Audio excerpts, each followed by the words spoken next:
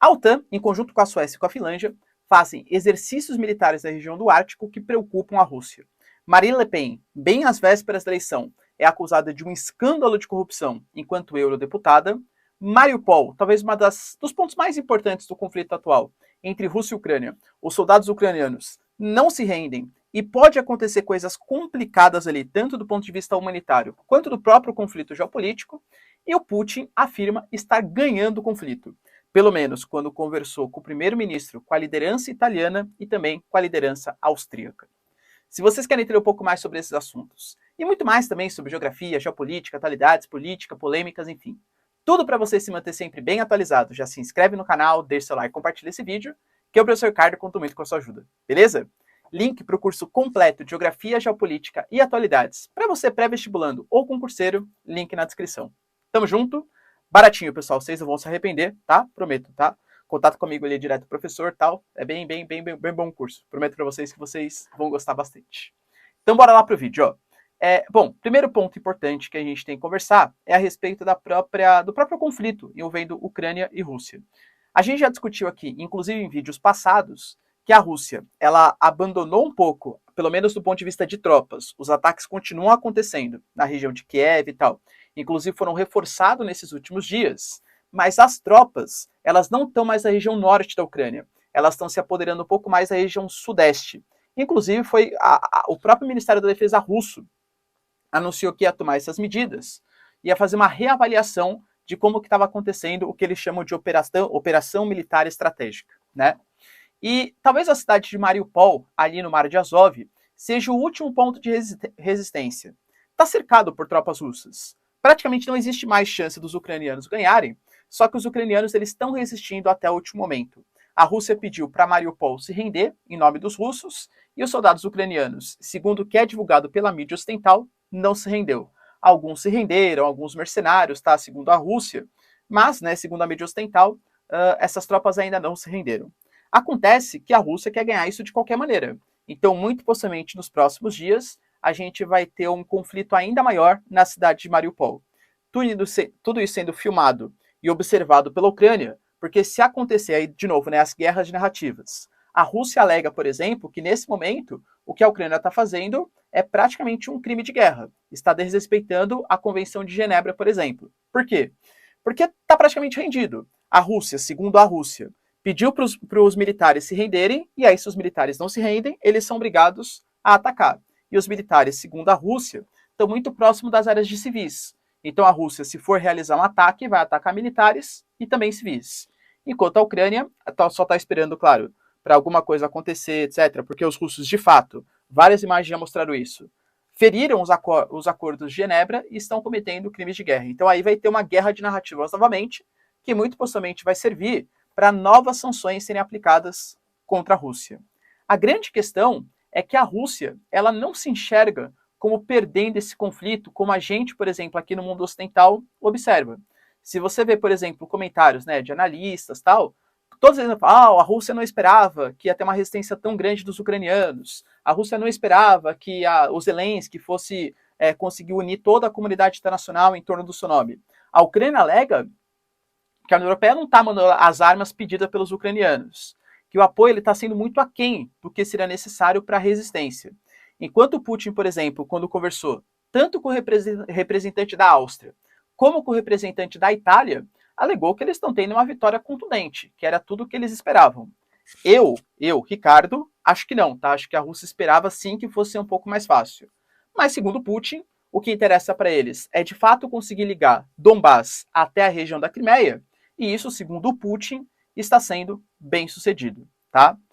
Ponto importante é que a Rússia talvez não esteja com tantos inimigos assim, como o mundo ocidental esperava. Claro, se for pegar a União Europeia, Estados Unidos, Canadá, enfim, cara, totalmente contrário, o Japão, né? Os interesses russos. Mas alguns aliados que poderiam ser mais próximos dos Estados Unidos, e aí eu cito para vocês a Índia, por exemplo, o Brasil, inclusive, até a Arábia Saudita. Pô, a Arábia Saudita é uma grande aliada dos Estados Unidos, historicamente falando. A Arábia Saudita, por exemplo, está negociando venda de combustíveis para a China através de yuan, não mais em dólares, e agora realizou uma reunião com a Rússia, a chamada OPEP+, que pega todos os membros da OPEP, Organização dos Países Portadores de Petróleo, mais a Rússia, que corresponde a 1/10 da produção de petróleo mundial, para regular o preço do petróleo. Os caras conseguiram se entender, o Putin e o príncipe herdeiro da Arábia Saudita, e definiram que eles vão reduzir um pouco a taxa de aumento dos combustíveis fósseis, porque senão, com todo esse conflito global que vem acontecendo, ia ter uma produção maior do que a demanda, consequentemente abaixar o preço dos combustíveis.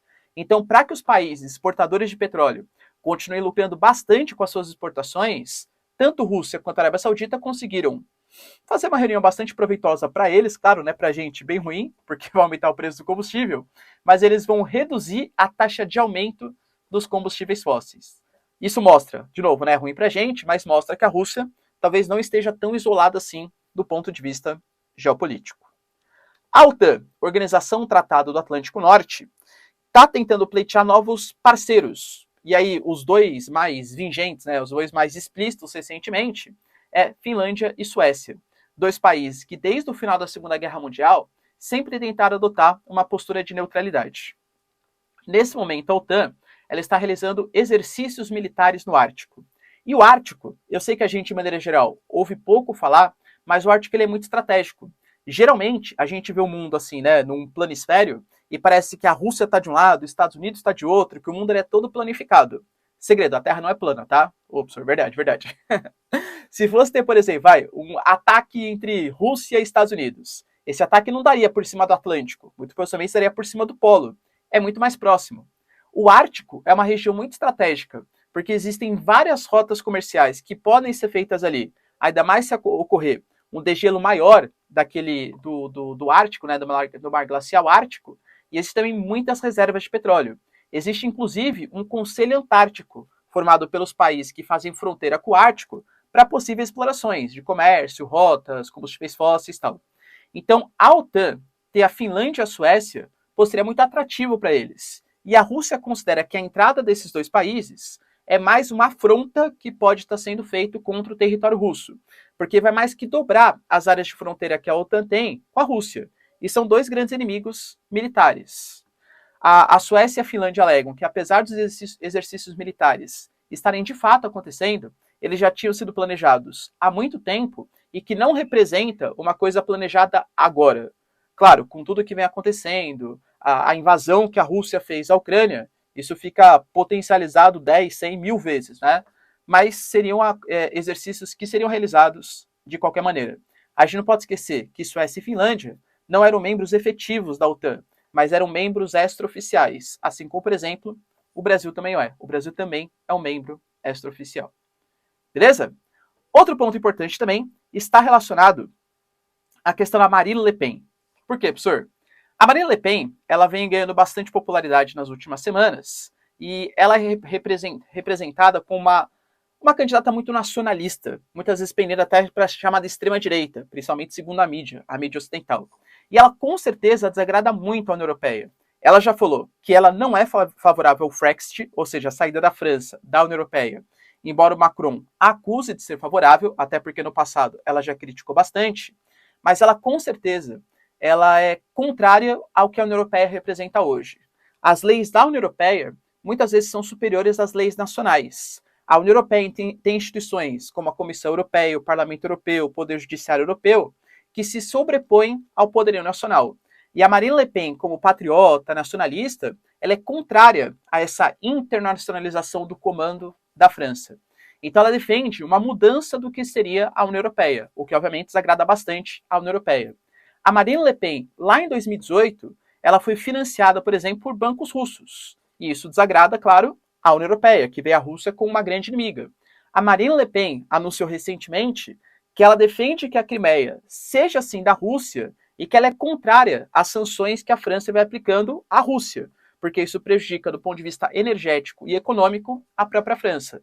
Ou seja, se o Putin conseguiu fazer uma espécie de unificação política da União Europeia e da OTAN contra a Rússia, a Marine Le Pen seria um grande baque contra isso.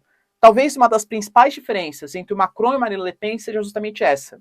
O Macron é totalmente favorável à União Europeia, ao mundo ocidental, a essas grandes organizações, e a Marine Le Pen não. Ela é muito mais nacionalista e patriota, digamos assim.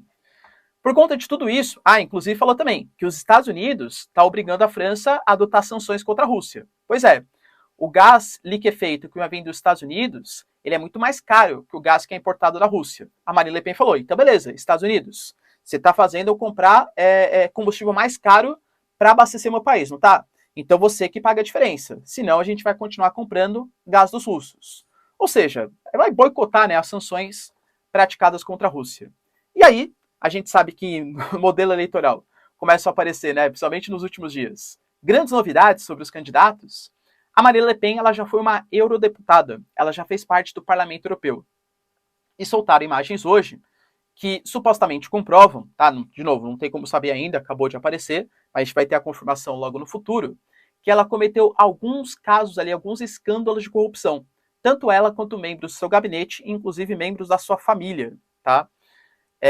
E esses escândalos de corrupção, que estão na casa das centenas de milhares de euros, poderiam, claro, comprometer a credibilidade da Marine Le Pen. A Marine Le Pen fala que isso não passa de uma bizarrice, de uma invenção que a União Europeia fez só para condenar a Marine Le Pen porque ela é uma candidata nacionalista, enquanto Macron fala que isso é normal, que ele já esperava, porque a Marine Le Pen não passa nenhum tipo de credibilidade. Será que, de fato, é uma conjunção? Macron conseguiu convencer a União Europeia a bolar todo um esquema de fazer falsificações, de fazer uma montagem com a Marine Le Pen, tá alegando, para condenar a Marine Le Pen em nome de deixar o Macron, que é a favor da União Europeia? Ou será que a Marine Le Pen realmente tem culpa no cartório? Deixa aí nos comentários. Quero saber sua opinião. No mais, galera, se vocês curtiram o vídeo, tamo junto, beijos, abraços e tchau, tchau.